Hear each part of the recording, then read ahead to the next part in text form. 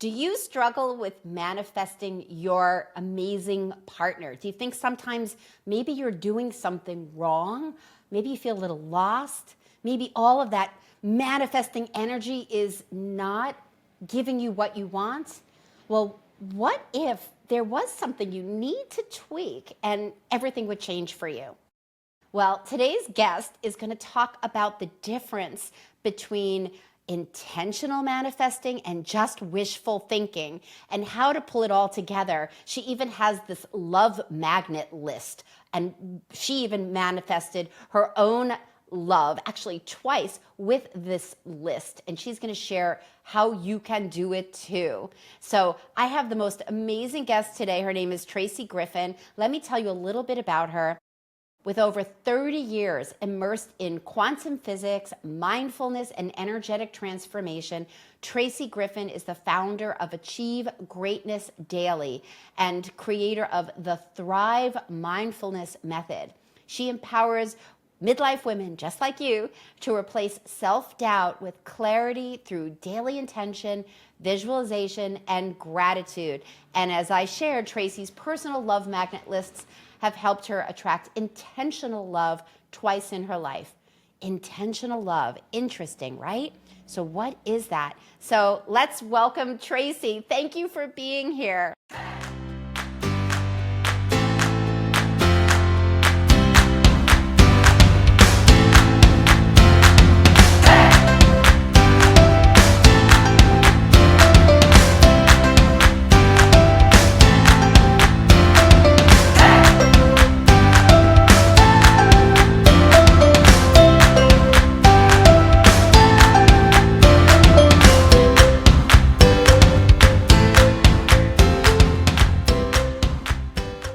Thank you, Junie. So happy to be here with you.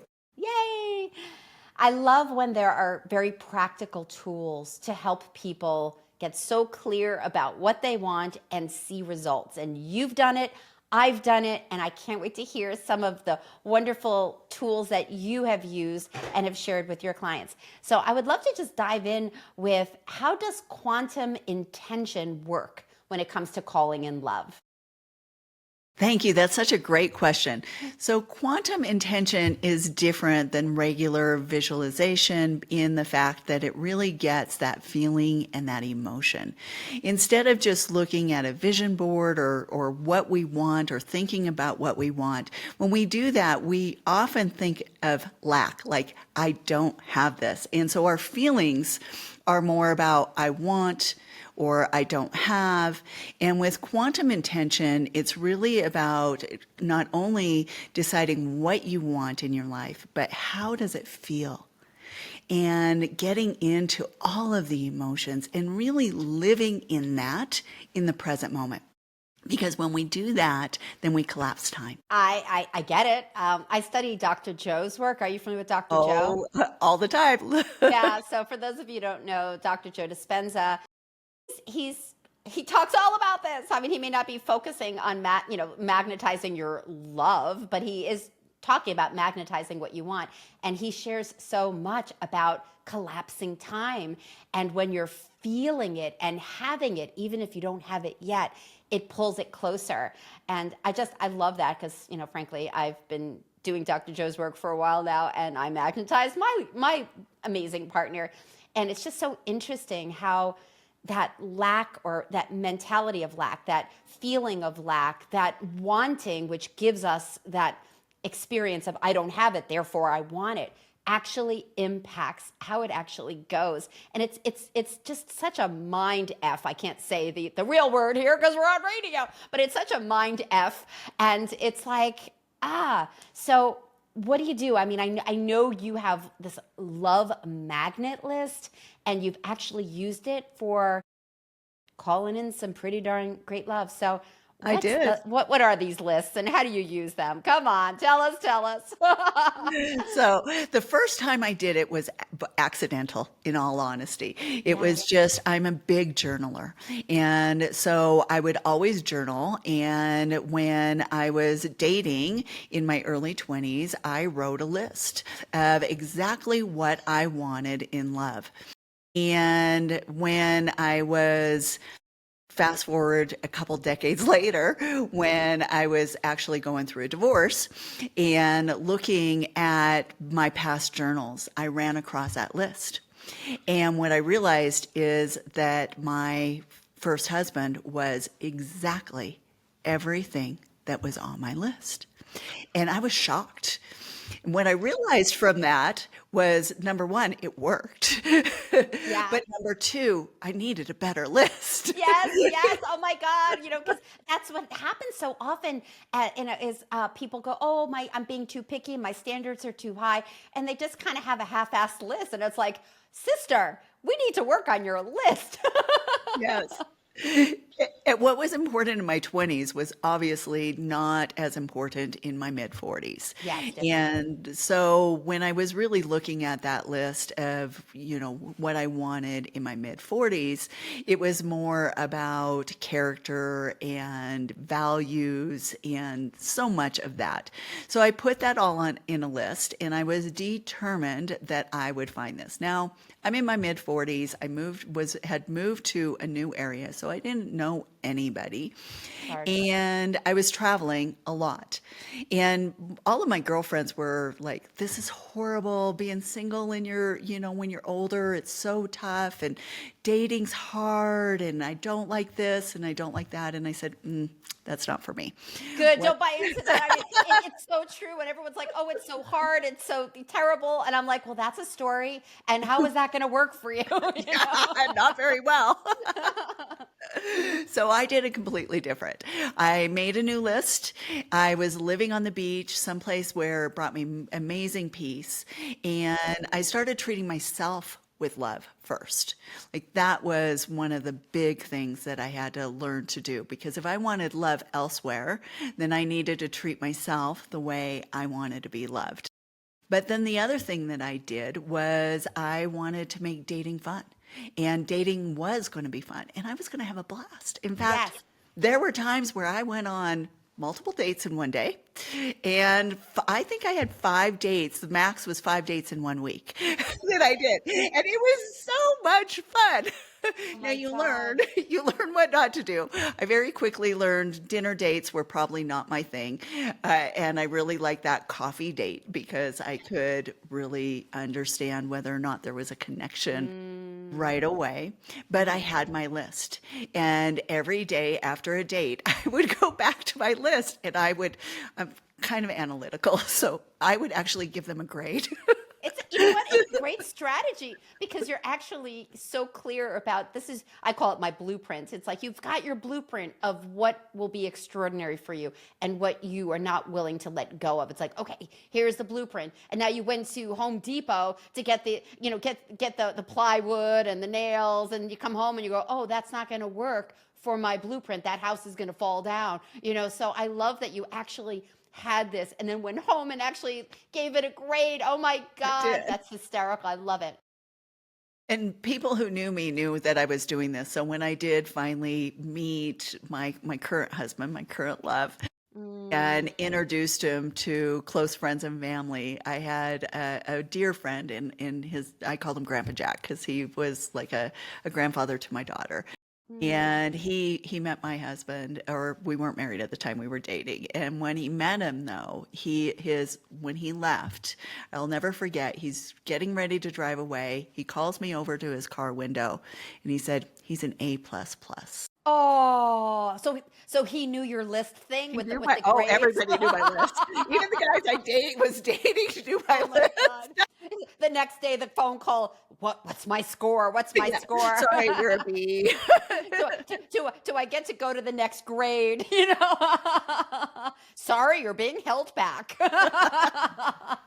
Oh, I love that. And you're still married with this person? Yep. We got married 4 years Oh, later. We dated slowly, but that was something important to us. One of the things that was very important to me this time around was family and yeah, making sure that, I was with somebody who valued family as much as I did. yeah. And because of that, he had kids in high school still, and we wanted to make sure that they were the focus during For that you. time. Yeah. Yeah. It's interesting. It's like, as you're saying that, I'm like, what did I value? Because I really wanted to go slow with Michael, my partner, and I wanted to do it differently. And you know what I valued? I valued me. Maybe for the first time where I was like, I am not going to bed with this person until I am completely comfortable with this man and I am safe and I know he's my person. And I really took that into my body, how my body was feeling. Every time I'm just like, how am I doing? How am I feeling? And just right off the bat, I freaking loved him. Seriously, talk about a list. In fact, this is funny. I have a big office here, and half of it's my gym and half of it's my office. And on my wall, I totally forgot, was my list. And one day he was working out and he came down and he's like, there's this list on the wall and it's 100% me. And I said, yeah, it is. And so I love that we both can be so clear about who we want. Like that deep intention, that North Star of this is my vision, this is what I desire, and this is what I'm going to either accept or not. It's either an A or bye-bye, and to really adhere to that list and to really honor the time that it takes for us to be like, yeah, it's a fit. Because especially in second half of life, there's a lot of moving parts. There's where we live, our businesses, my mother who's, older now. I wanted to say elderly, but I just don't see her that way, but she's older, she has needs and she's well, and I want to be with her while she's well. I am not moving far away. So navigating that and really honoring that unfolding with both of you is so important, and it can be tricky. I love that you did that with each other. I love that you said that how much you valued you during Yeah. that. I think Yeah. that's so important.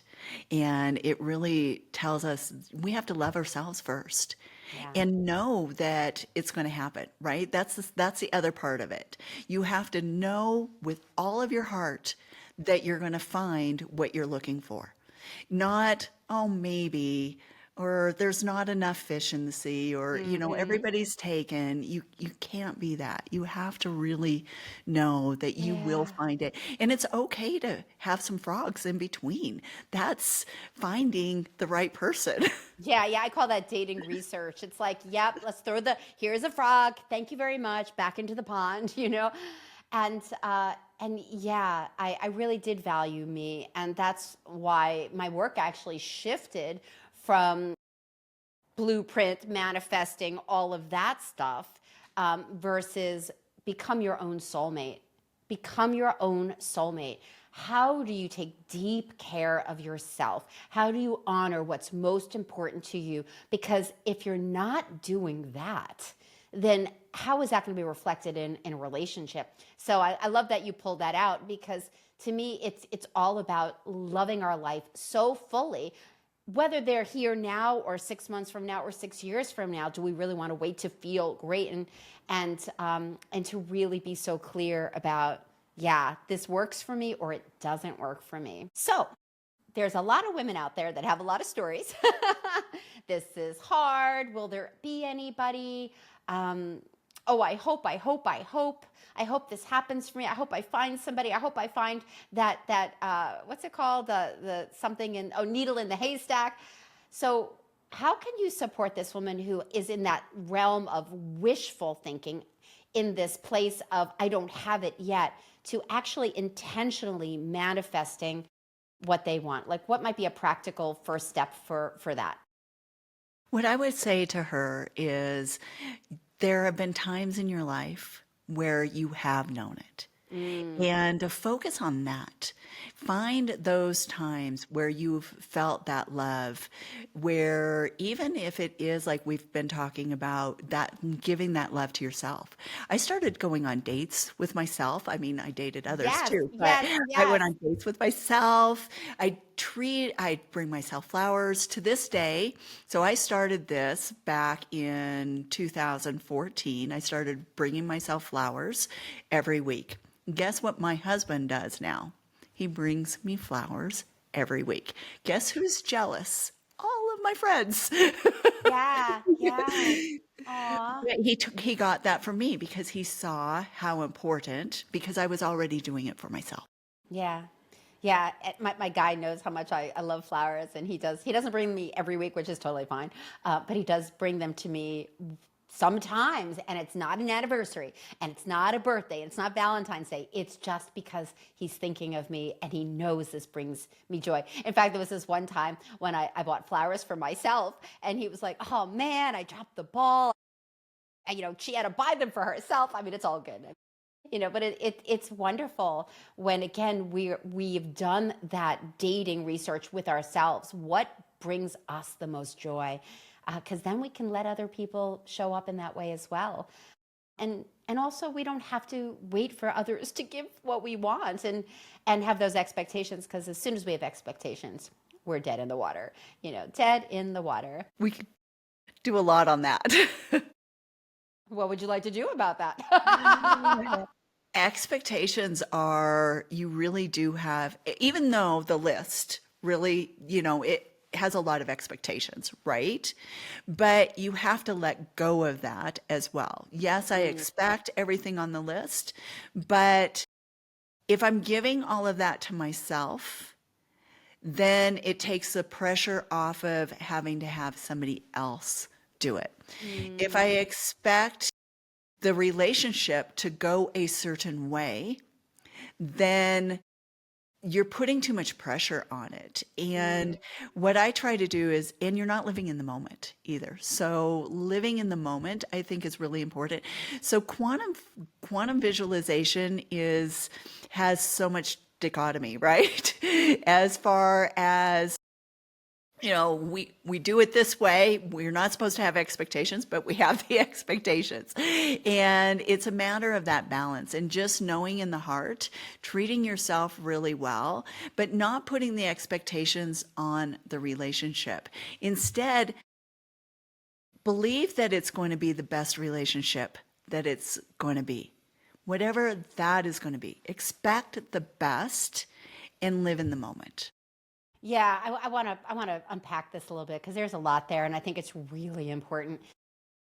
Being in the moment, in reference to quantum and the things that you and I know about this process, it releases the future. And as soon as we're in the future with the expectations, or it should be like this, or I hope it turns out like that, that's where we get in our own way and not working with the universe, or whatever you want to call it.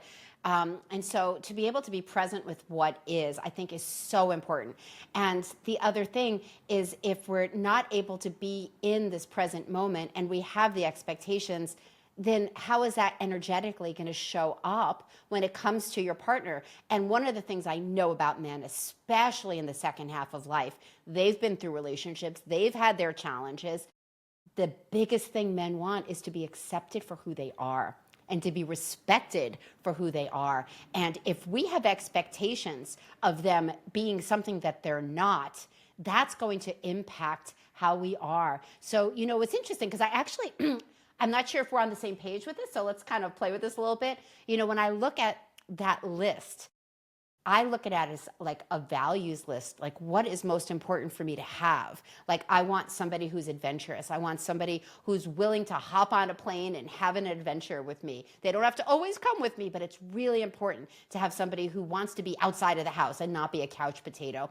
And so to me, it's not an expectation as much as this is the list of the person that I invite into my life. And I don't expect them to be that list, because if they're not that list, they're not that person for me. So I'm curious, can you tell me a little bit more about how your list is an expectation? Because I really want to understand that, and I'm sure other people do too.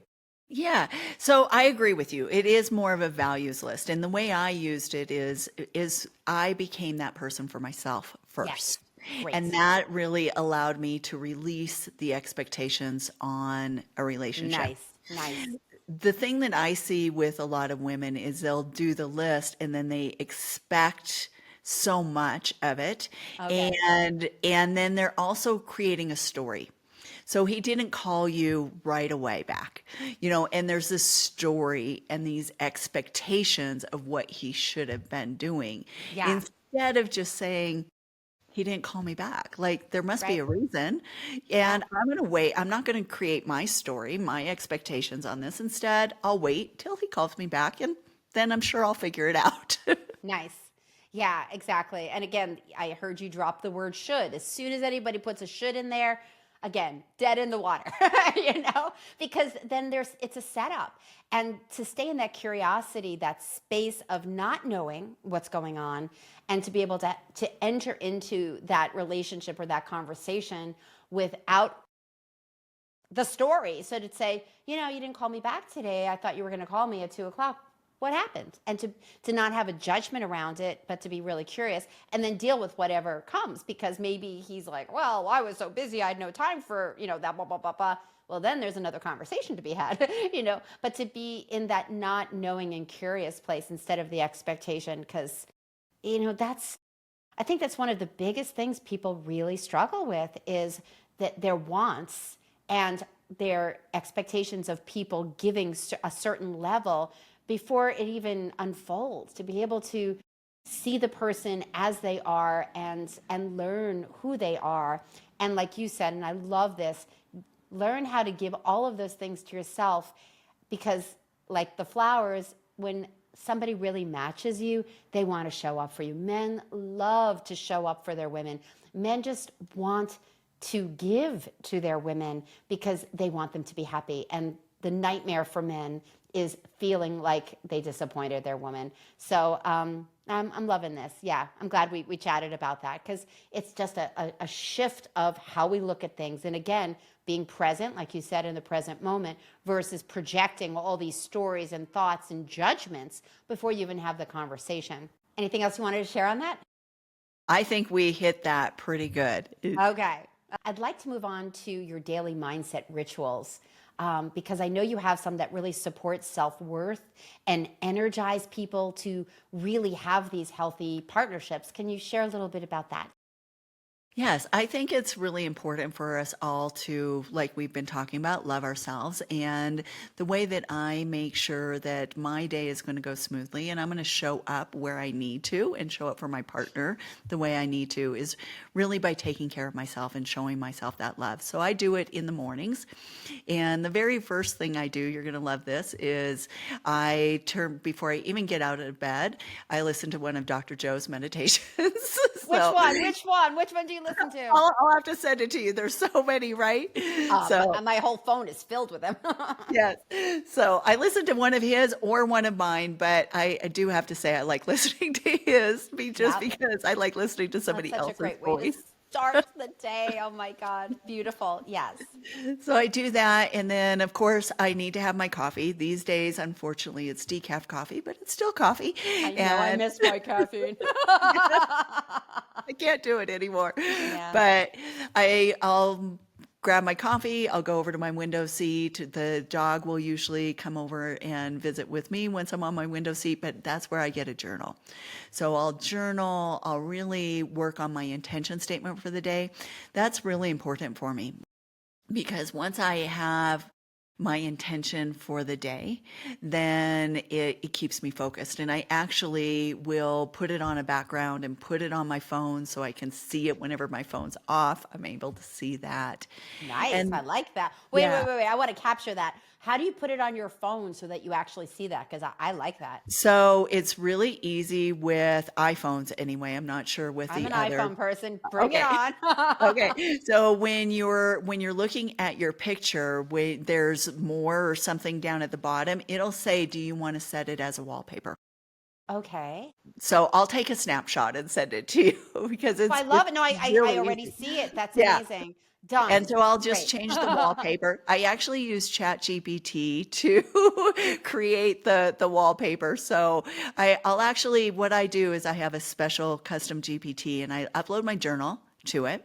And then I have it help me with my intention statement because my intention statements myself just never seem to have that umph that I really Yeah, want. chat has a way of taking it to the next level. Yeah, so I do that and then I just say, put this on a pretty background. Oh my God, And then I save that image to my phone I love this. and within 5 minutes it's done. Oh my God, I can't tell you how wonderful that is. And again, I really want to just point out how you start your day. Because without my morning ritual, my day is not the same. Intention, getting focused, coming home to your heart. Dr. Joe's work is so much about the heart and being in the present moment. Oh my gosh. And then, of course, the coffee, because we love our little rituals. And then the journaling to really get clear about what you're calling in that day. I love this. Okay, what else? What else do you have for this person that's going, I want some more mindfulness rituals? What else? So the next thing that I really do is for mindfulness is really just going over past journals and really taking that time throughout the day, right? So sometimes I'll set alarms or what I'll do is make sure that I have time in between things and I'll do individual intentions. How do I want to show up? And sometimes it's just a matter of listening to some great music and shifting the energy, dancing Mm, around the house yes, and getting yes. into that right feel. All right, I'm going to be vulnerable here and say I love all this, and sometimes I struggle throughout the day to actually hit those marks because I get zoomed in on work. And maybe I have the alarm set, or maybe I was like, okay, I'm going to do another hour, and then it's dance break. And then sometimes it doesn't happen. A lot of times it doesn't happen because I'm just so pulled into what I'm doing. What would you say to someone like me who's like, well, that's so great, but as I go throughout the day, I get pulled, and it's challenging to take those moments because sometimes it is for me. Say, have grace, know that it's okay. You're not going to be perfect. And I think that No?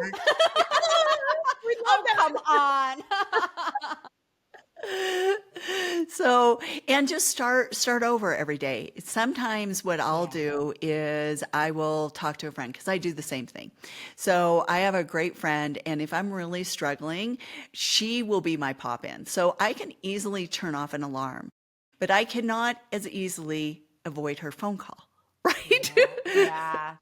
And then we'll go on a walk, we'll walk and talk, we'll laugh. So it may be a different way of doing things. And then the other thing that I do is if I'm doing certain events, like if I have something like today, what we're going through, I listen to and watch my Life Lens. So my Life Lens is a vision board movie.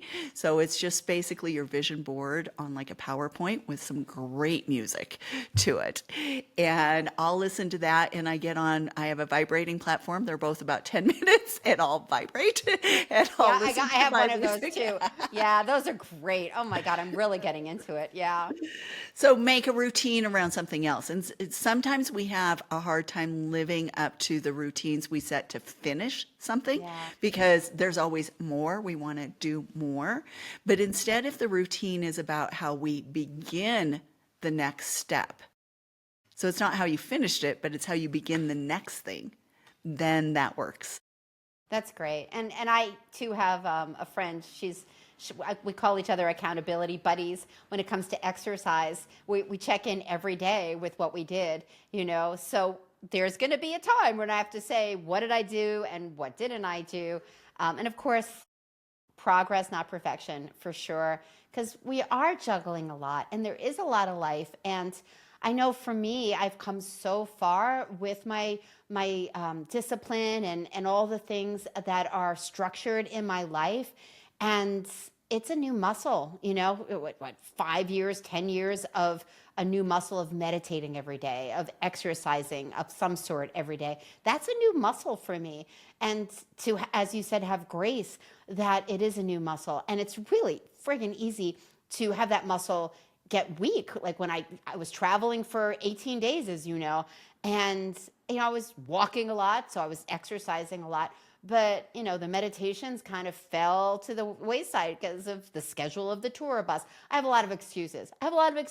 Excuses, no doubt. I could have set the alarm to wake up earlier. I could have done the meditations, but I was like, just be with what is. And sometimes I did it, and sometimes I didn't. We just have to be more gentle with ourselves for sure. Hey, look, there's a lot going on. We do have a lot going on, and we are so hard on ourselves. Yeah. And I think that's one of the gifts that we can give ourselves, especially in midlife, is that things things aren't perfect. They've never been perfect. Like we're how old? How many perfect moments have we Right. had? Like Right. they're not. So knowing that and just being okay with giving our best and having that be good Yeah. enough, Yeah. that's true love. It is. That's exactly it. It's true love. And when we could tap into that true love with ourselves, my God, it's another whole world. I mean, as you know, I have this big show coming up in less than 2 weeks. And yeah, I was talking to my coach and she's like, things are going to go south. Things, there's going to be something that's going to be like, oh gosh, how are you going to be? And how do you plan for some of the things that aren't working the way you thought they were going to work? And I really sat with that. And I was so proud of myself because I was like, I'm really here now. I'm really here. I'm not going to say I'm going to be perfect with all the things, but I'm so not attached to the outcome. I am stepping in. I'm going to do my best. And whatever happens, that's what's happening. That's what's happening. I can't change it. I can only be present for what's happening. And I don't want to stress. I don't want to stress about what's going to come up or what may or may not happen. Most of the things we stress about don't even happen. And so I keep working that muscle of be here now, because to me, that is the most loving thing I can do for myself and everybody I come in contact with. And as soon as I start to think about the other person and all the things that could go wrong, should be this way, that way, again, it's harder. It's a harder way to be. I'm curious about gratitude because I know you work with gratitude. You know it's very powerful. Can you connect the dots about how being grateful and working with gratitude can actually bring in or support more relationship readiness? What a great question. And I didn't mention that I also, when I'm journaling, I focus a lot on gratitude, but I try to do that all throughout the day. And when we want something, so for instance, when I was trying to bring in the love of my life, the next love of my life, because people would be like, well, you might never meet anybody at this point. And I'm like, no, I will meet somebody. I will get Good for married you. again Yeah. at some point. And it was a matter of being grateful for all of the areas that I had, the love that I loved walking the beach. I loved putting my feet in the water. I loved hearing the birds. I loved the flowers. I loved my little two-bedroom apartment that didn't have room for anything. I loved downsizing, and getting rid of all of that. I loved being by myself in those quiet moments. And the more I was grateful for everything I loved, the more things to love were showing up in my life. Yeah. Yeah, it matches. It's a wild thing. Same thing happened to me when I met Michael. I got to this place where I had been dating and then I just things got busy and I was meeting some really great guys, but just not my guy. And then I took a break and I was just like, you know what? Let me just do my thing and live my life. And I don't know, 8, 9 months later, I was just in this place of deep gratitude. I loved my life. I was so happy with how I was, all the things. And I just dropped into this place of fullness. And that's when I said, you know what? I want someone to share this with. And that night I met Michael. Exactly. One swipe, by the way, one swipe. So that was kind of my experience as well. I met my husband on Match, and I hadn't been on it for months. And I decided in the middle of the day, I couldn't focus on working and just was like, let me get on it. Well, he happened to be on it for the first time, and he Yep. wasn't Yep. planning on being on it for several more months because he was waiting for the kids. But he decided at that moment, and it was just that one swipe. Amazing. High five, sister. Woohoo! Yeah, he was only on for a few weeks, and there was this woman he was seeing for those few weeks, and so it didn't work out. And within the 24 hours of it not working out, that's when I found him online, and it was just great because his profile.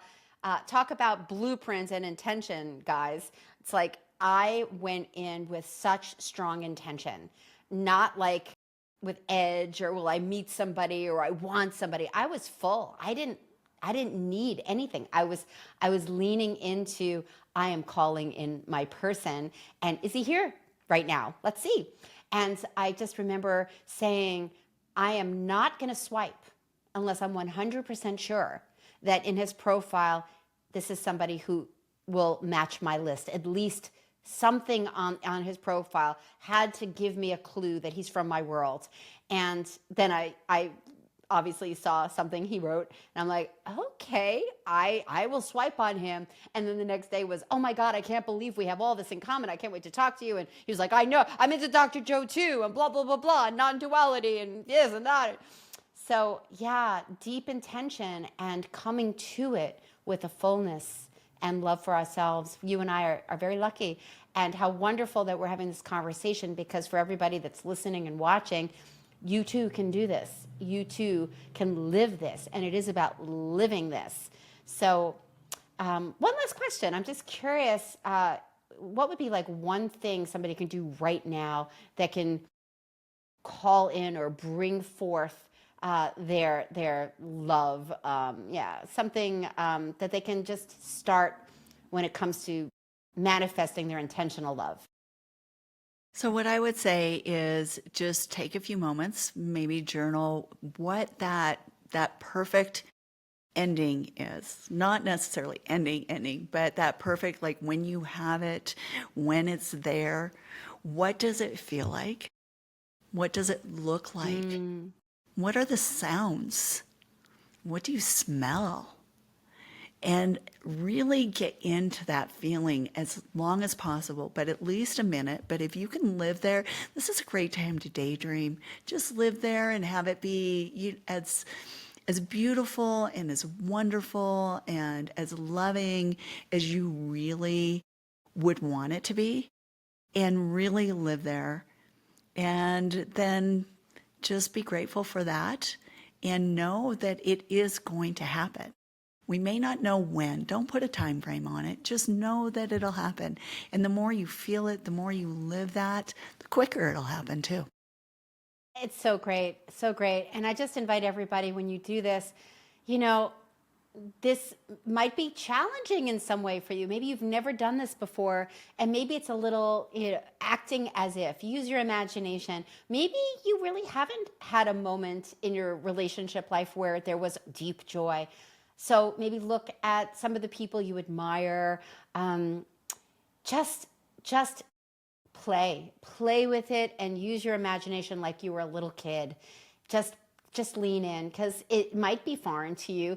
But the cool thing, and what I love about our brains is wherever, if you close your eyes and you think of the beach and you think of the waves, I love that you brought in the sounds or the smells.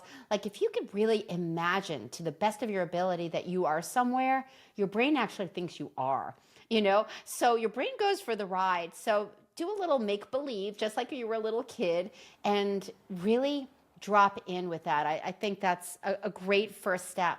And I know that you have an amazing gift for this listener, watcher, the Daily Intention and Mindfulness Planner. Can you share a little bit about what that is? And I'll make sure I put it in the show notes. Yes, it's a great planner that will help you with the 5 steps of clarity, and it'll really help you with that quantum vision, dream making that you really want, to help you collapse that time, get into the feelings. It takes you step by step of what we did here. And Junie, you mentioned that, sometimes people have a hard time that they may not have felt it themselves, and that they, to use other people's as an example and a role model. And I love that. And I'd like to add one thing also. Sometimes when we see people who are in love or have what we want, what it does is it makes us feel bad. and it makes us feel like we don't have it. Instead of having it feel like that, what if you saw a couple that was madly in love and you said, "This is the universe telling me I can have this too. Yes, This is the yes. universe showing me that this is possible for me too." It exists. You're seeing it, and it's a message to you. I love that. I love that you brought that in. You have dropped some really great tools and some really great mindset shifts for everybody. I love your planner. Everybody, make sure you grab it. I'll put it in the show notes. And I'm just thrilled to have had this time. This was a great conversation, and in my opinion, some of the most important things if somebody really wants to call in their greatest love. So beautiful work that you're doing. Really great. So much fun. Thank you so much for having me here today. I love this conversation, and I can't wait for more women and men to find that perfect match and to know that they can have what you and I found again. Absolutely. Thank you. And so that is our episode for today. Please like and subscribe, and that's how you don't miss anything, as well as getting the word out there. And think of someone in your life that might need this episode, this message of how to call in their greatest love, because there was a lot of golden nuggets here. And until we meet again, mwah. One more thing before you go. Have you taken my Discover Your Love Avatar quiz? It's a 2-minute quiz that can help you not only know your strengths, your superpower, because you have one, also identify some of your blind spots, some of the things that might be having you in your fear, having you behaving in ways that aren't in alignment with your highest self, the way you want to be when it comes to dating and relationships. And it'll also help you discover why maybe the stars haven't lined up for you yet. Bottom line is, you take this 2-minute quiz, you get a full report in your email with details on how to move forward in next level love, whether you want a partner or not. So you can go to midlifeloveoutloud.com/love quiz. The link is in the show notes as well. And if you haven't liked and subscribed to the station, I'm going to encourage you to do that too, so you don't miss any episodes. And I hope you got a ton out of today's. See you next week. Mwah.